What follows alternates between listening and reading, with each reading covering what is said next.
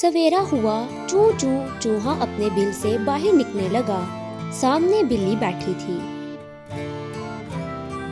चूहे ने सोचा, मैं बाहर निकला तो बिल्ली मुझे खा जाएगी। बिल्ली कहने लगी, प्यारे चूहे बाहर निकल आओ। चूं चूं ने कहा, मैं बाहर नहीं आऊंगा। बिल्ली ने पूछा, क्यों? चूं चूं कहने लगा, मैं बाहर आऊंगा तो तुम मुझे खा जाओगी।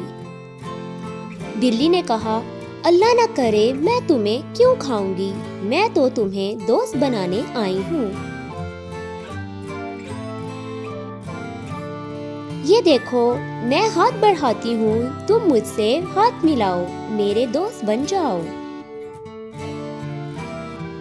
चूं चूं बोला, बिल्ली खाला मैं नहीं आऊंगा, तुम जाओ, इधर देखो टीपू कुत्ता खड़ा है, इससे हाथ मिलाओ। बिल्ली ने कुत्ते को देखा, इसका दम निकल गया, वो उछलकर खिड़की पर चढ़ गई। किसी तरह अपनी जान बचाई और भागी। तो प्यारे बच्चों, इस कहानी से हमें ये सबक मिलता है कि अच्छे दोस्तों की वजह से हम बहुत सारी परेशानियों और मुश्किलात से बच सकते हैं। मज़ीद ऐसी अच्छी वीडियोस देखने के लिए मेरे चैनल को लाइक और सब्सक्राइब करें।